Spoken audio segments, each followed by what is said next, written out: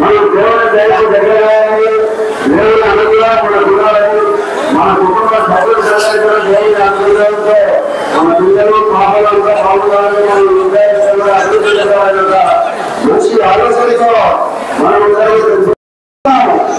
ఎందుకంటే మన రోజు ఇంకా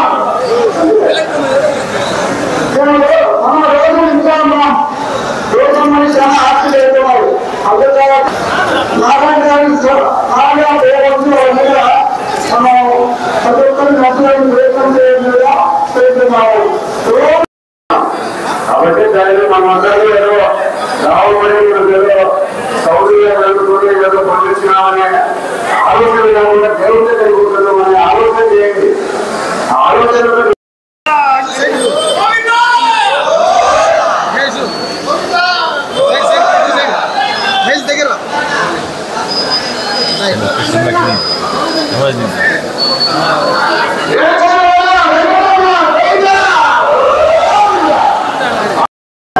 ఈరోజు పొద్దుటూరు పట్టణం నుంచి టీడీడీ కళ్యాణ మండపం నుంచి తిరుపతికి తిరుమలకు పాదయాత్రను మరి మన పొద్దుటూరు వాసి ఉప్పలపాడు నారాయణ రెడ్డి గారు 3 సంవత్సరాల నుంచి ఇక్కడ దాదాపు 300-400 మంది ఈ పాదయాత్ర నడుచుకుంటూ పోయి 12వ తేదీకి తిరుమలకు చేరుకుంటున్నారు.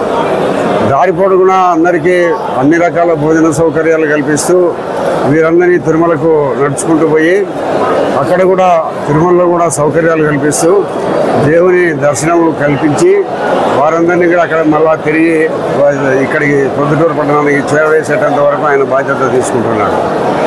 ఏది ఏమైనా కూడా తిరుపతికి పోలేకుండా ఉండబడిన వారందరికీ కూడా నడిచిపోయి దర్శన భాగ్యం కల్పించడం అనేది చాలా గొప్ప విషయం. చాలామంది పోనీళ్ళు ఉంటారు, ఆర్థిక పరిస్థితుల ఇబ్బంది వలన పోకుండా ఉంటారు.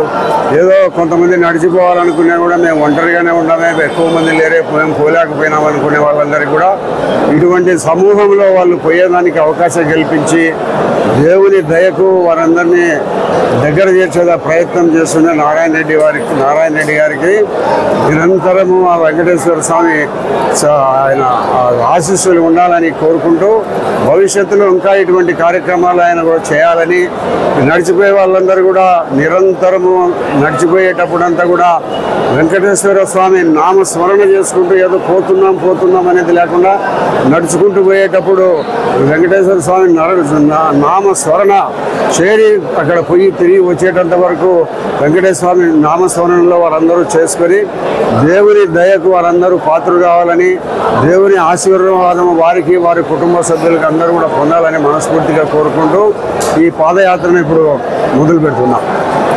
ఈ వీడియో మీకు నచ్చినట్లయితే లైక్ బటన్ క్లిక్ చేయండి. మరిన్ని వీడియోలను పొందడానికి దయచేసి సబ్స్క్రైబ్ చేయండి.